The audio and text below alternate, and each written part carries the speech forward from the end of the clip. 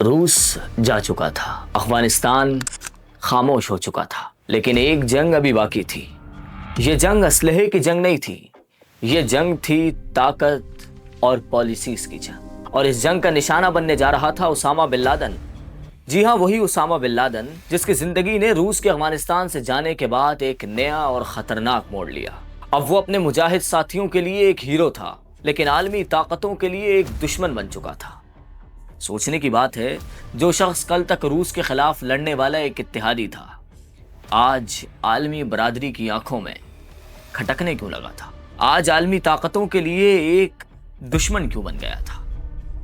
یہیں سے Usama bin Laden کی کہانی کا دوسرا اور خطرناک باب شروع ہوتا ہے، جو آج ہم آپ کو اس ویڈیو میں سنانے جا رہے ہیں۔ لیکن سب سے پہلے، اگر آپ نے اسامہ بن لادن پارٹ 1 ابھی تک نہیں دیکھی تو وہ دیکھ لیجئے، تاکہ آپ کو واقعات کو ترتیب دینے میں آسانی ہو اور کہانی کا مزہ دوبالا ہو جائے۔ کہانی شروع ہوتی ہے 1998 سے۔ 1998 وہ سال تھا جب افغان مجاہدین کی کوششیں رنگ لائیں اور روس نے افغانستان سے جانے کا فیصلہ کر لیا۔ یہاں روس نے افغانستان سے جانے کا فیصلہ کیا اور یہاں اسامہ بن لادن نے اپنے ملک سعودی عرب جانے کا ارادہ کر لیا۔ وہ وہاں جا کر اپنے کاروباری امور میں سرگرم رہنے لگا، لیکن ابھی بھی اسامہ بن لادن کئی مسلم ممالک کو امداد فراہم کر رہا تھا۔ اسامہ بن لادن کی اس سیریز کے ریسرچ کے دوران ہمیں پتہ چلا کہ شاید یہی وجہ تھی جس کی وجہ سے اسامہ بن لادن کا پاسپورٹ 1989 سے 1991 تک سرکاری تحویل میں لے لیا گیا۔ ستم ظریفی دیکھیے، جو شخص کل تک روس کے خلاف لڑنے والا ایک اتحادی تھا، آج عالمی طاقتوں کا دشمن بن چکا تھا۔ جس شخص کی سرگرمیوں پر کل تک کوئی اعتراض نہیں تھا، آج انہی سرگرمیوں پر اعتراضات اٹھائے جا رہے تھے۔ سوال تو بنتا ہے نا، ایسے بہت سے سوالات آپ کے ذہن میں اٹھ رہے ہوں گے، لیکن انتظار کیجئے، کیونکہ اسامہ بن لادن کی اس سیریز کے مکمل ہونے کے بعد آپ کو اپنے ان تمام سوالات کے جوابات مل چکے ہوں گے۔ آگے بڑھتے ہیں۔ کولڈ وار کا اختتام ہو چکا تھا، یہاں سر جنگ کا اختتام ہوا اور یہاں امریکہ نے اپنے پر پھیلانا شروع کر دیے۔ امریکہ کے استعماری منصوبے کا پہلا قدم تھا گلف کنٹریز میں جنگ کا الاؤ دہکانا۔ اس کے لیے امریکہ نے اپنا پہلا داؤ چلا، یعنی امریکہ نے عراقی صدر صدام حسین کو 1990 کے آخر میں کویت پر حملہ کرنے کے لیے آمادہ کر لیا۔ چونکہ کویت اور عراق کے چند پرانے تنازعات تھے، لہٰذا عراقی صدر صدام حسین کویت پر حملہ آور ہو گئے۔ اب امریکہ نے اپنا دوسرا داؤ چلا، یعنی اب امریکہ نے عرب کنٹریز کو عراق سے ڈرا کر عراق پر حملہ کر دیا۔ امریکہ نے اتحادی ممالک کے ساتھ مل کر تقریباً روزانہ کی بنیاد پر 2500 حملے کر کے بغداد اور دوسرے شہروں کی اینٹ سے اینٹ بچا دی۔ بالآخر عراقی صدر صدام حسین کو شکست تسلیم کرنی پڑی، انہیں اپنی فوج کویت سے نکالنی پڑی اور اتحادیوں کی کڑی شرائط کے آگے سر جھکانا پڑا۔ اس طرح امریکہ کو اپنے عسکری اڈے مستقل طور پر گلف کنٹریز اور ارض مقدس میں بنانے کا موقع مل گیا۔ یہ دراصل امریکہ کے ایک لانگ ٹرم پلان کی تکمیل تھا۔ پلان یہ تھا کہ دراصل امریکہ صرف عرب کنٹریز نہیں، بلکہ دیگر ایشیائی مسلم ممالک خصوصاً پاکستان اور افغانستان کو اپنے زیر دام رکھنا چاہتا تھا۔ اس لیے اس نے یہ سارا کھیل کھیلا۔ 1991 کا آغاز ہو چکا تھا۔ اسامہ بن لادن نے دیکھا، اس کو یہ ریئلائز ہو گیا 1.5 ایئر میں کہ اب سعودی گورنمنٹ کے لیے یہ مشکل ہو چکا ہے کہ وہ امریکن فورسز کو یہاں سے نکالے۔ لہٰذا اب اسامہ بن لادن نے کھلم کھلا امریکہ کی مخالفت شروع کر دی۔ جب امریکہ نے ارض مقدس کی حفاظت کا بہانہ بنا کر مزید فوجیں ارض مقدس میں اتاریں تو اسامہ بن لادن نے کہا تھا، ہمیں امریکہ کی کوئی ضرورت نہیں، ہم ارض مقدس کی حفاظت خود کر سکتے ہیں۔ یہ جملہ، یہ بات، یہ فقرہ، یہ سینٹنس عالمی خزانے کا لٹیرا کہاں برداشت کر سکتا تھا؟ لہٰذا وہ اسامہ بن لادن کا جانی دشمن بن گیا اور پھر اسامہ بن لادن کو اپنے ہی ملک سے نکلنے پر مجبور کر دیا گیا۔ اور پھر 1991 میں اسامہ بن لادن نے اپنے مجاہد ساتھیوں کے ساتھ سوڈان کے دارالحکومت منتقل ہونے کا فیصلہ کر لیا۔ سوڈان 1936 میں بیسیکلی مصر اور برطانیہ کے درمیان ایک ٹریٹی سائن کیا گیا، جس کے تحت سوڈان کا تمام نظم و نسق ایک گورنر جنرل کے ہینڈ اوور کر دیا گیا۔ اس کے بعد سوڈان میں 4 فوجی انقلاب آئے۔ چوتھا فوجی انقلاب لانے والے تھے جنرل عمر بشیر، جنہوں نے ملک میں بگڑتی ہوئی امن و امان کی صورتحال اور بڑھتی ہوئی بے چینی کو ختم کرنے کے لیے مارشل لا نافذ کر دیا۔ اسامہ نے ان حالات میں اپنے بچوں کے ساتھ سوڈان کے دارالحکومت منتقل ہونے کا फैसला तो कर लिया था और इन्हीं दिनों उसामा ने सऊदी शाही खानदान की मुखालफत भी खुलम खुला शुरू कर दी। शायद यही वजह थी कि सऊदी शहजादे शाह फहद ने उसामा की सऊदी शरीयत मंसूख कर दी। सूडान के सियासी रहनुमा हसन अत-तुराबी ने खुर्तूम में उसामा का पुरतबाक इस्तकबाल किया।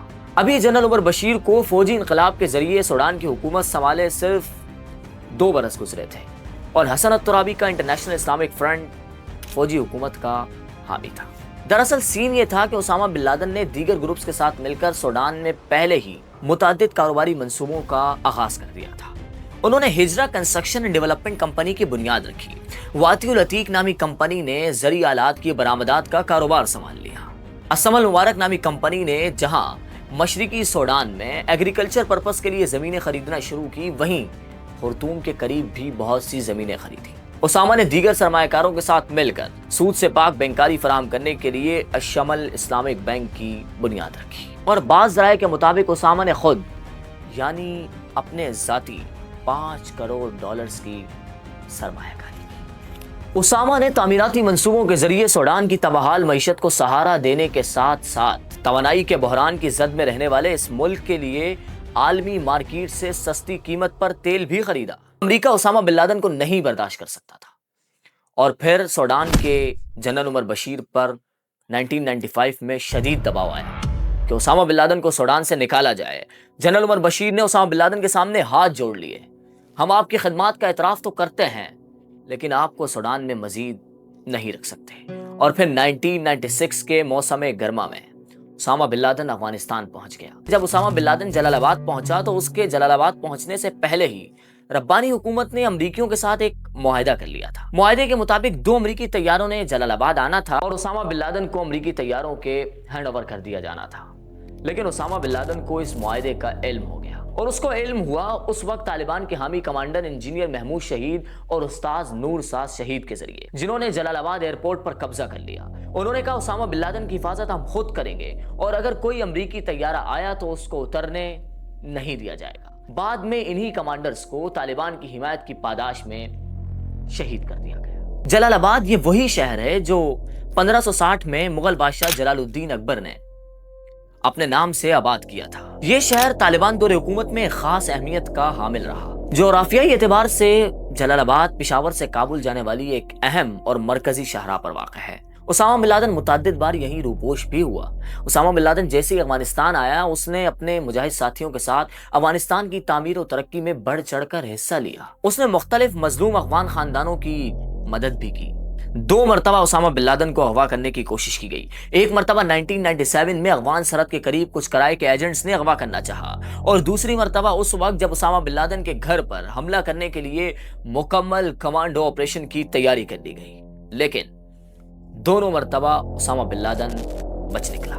मुजाहिदीन की फतुहात जारी थी कि 1998 में अमेरिका को कुछ याद आ गया कि इनको दहशतगर्द तो करार दिया ही नहीं। अब अमेरिका ने उसामा बिन लादेन और उसके दीगर मुजाहिद साथियों को most wanted personalities of the world की फहरिस्त में शामिल कर दिया और इनकी तंजीम अल-कायदा को दुनिया की तमाम दहशतगर्द तंजीमों में सबसे पहले नंबर पर रखा।